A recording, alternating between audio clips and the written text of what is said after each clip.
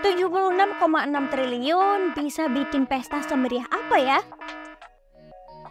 Tapi bukan pesta pernikahan. Ini pesta demokrasi atau pesta pemilu 2024 nanti. Gede banget kan? Mau dipakai buat apa sih? Yuk kita cari tahu. 76 triliun, bayangin. Semeriah apa coba kalau dibikin pesta? Bukan pesta pernikahan, tapi pesta demokrasi atau pesta pemilu 2024 nanti. Gede banget kan? Sebanyak itu mau dipakai buat apa aja sih? Yuk kita cari tahu.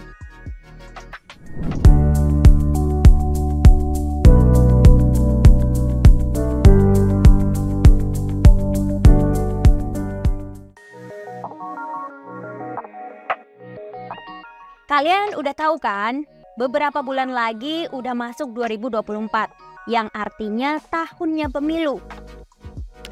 Pak presidennya, wakil presiden, DPR, DPRD, hingga kepala daerahnya bakal ganti semua. Ini termasuk sejarah baru buat negara kita. Soalnya untuk pertama kalinya pemilu serentak diadakan. Buat pemilihan presiden, DPR, DPRD dilaksanakan pada 14 Februari 2024. Sementara buat pemilihan kepala daerah dilaksanain November 2024. Nah, yang menarik adalah kalau kita samain dengan konteksnya, sama kayak kalau kita mau ngadain pesta pernikahan, kan butuh duit. Siapa yang bayarin? Ya kita sendiri.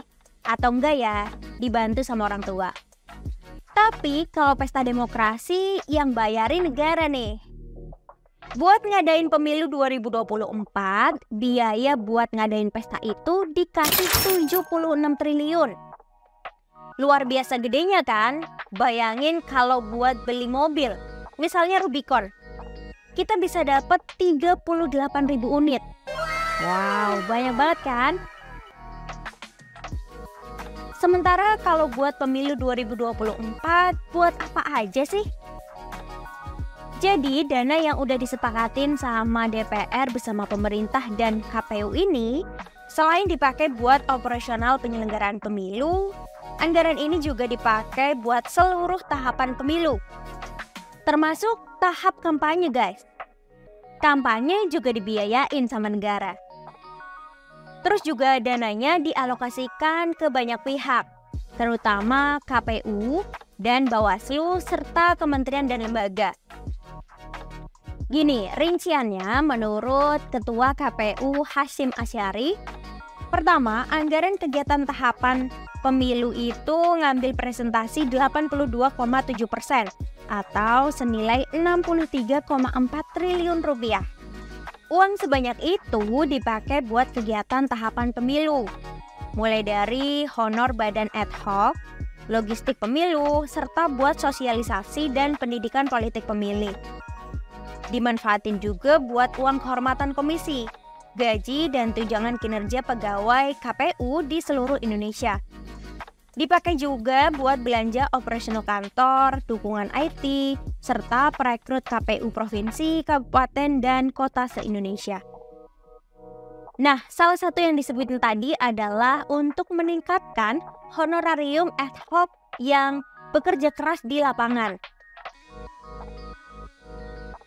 Jadi gini, kalau kalian belum tahu ad hoc itu apa, Badan ad hoc itu terdiri mulai dari panitia pemilihan kecamatan atau PPK, panitia pemungutan suara atau PPS, hingga kelompok penyelenggara pemungutan suara atau KPPS, dan panitia pemutakhiran data pemilih atau Pantarlik yang bantuin jalannya pemilu. Kenapa sih kok honorarium ad hoc perlu ditingkatkan?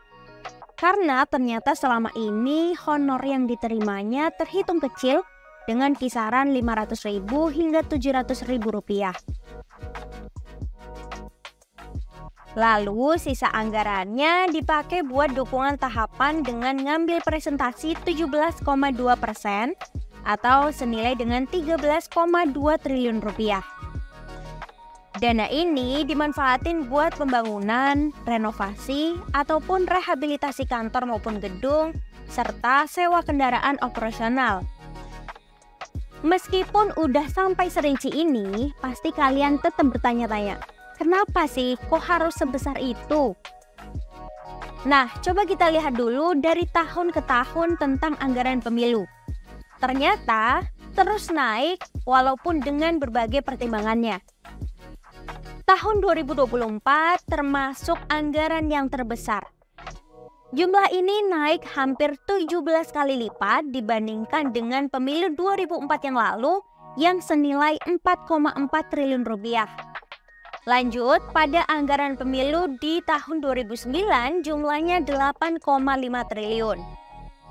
Kemudian di 2014 jumlahnya sebesar 15,6 triliun. Sementara untuk pemilu 2019 angkanya mencapai 25,5 triliun rupiah. Kalau di total anggaran pemilu dari 2004 hingga 2019 angkanya mencapai 54,1 triliun rupiah. Pertanyaannya, kenapa anggaran pemilu 2024 bisa lebih besar daripada rentang 2004 hingga 2019? Nah, salah satu jawabannya adalah ya karena dilaksanakan secara serentak. Anggarannya bertambah tentu aja ya karena pelaksanaannya baik itu pemilihan presiden ataupun pemilihan DPR hingga kepala daerah dilaksanakan di tahun yang sama. Terus juga 76 triliun itu kan dibagi buat 3 tahun anggaran. Mulai dari 2022 yang jumlahnya 8 triliun, lalu 2023 yang mencapai 23,8 triliun, dan 2024 nanti sebesar 44,7 triliun rupiah. Kalau dibilang mahal, ya gitulah pemilu. Banyak hal yang harus dipenuhi biar segala sesuatunya bisa berjalan lancar. Apalagi kalau jumlah penduduknya semakin banyak, otomatis anggaran pemilunya juga semakin naik. Kita lihat contoh di negara lain aja, misalnya India. Dengan jumlah pemilih yang sebanyak 900 juta orang, ngehabisin biaya pemilu sebesar 199 triliun pada 2019.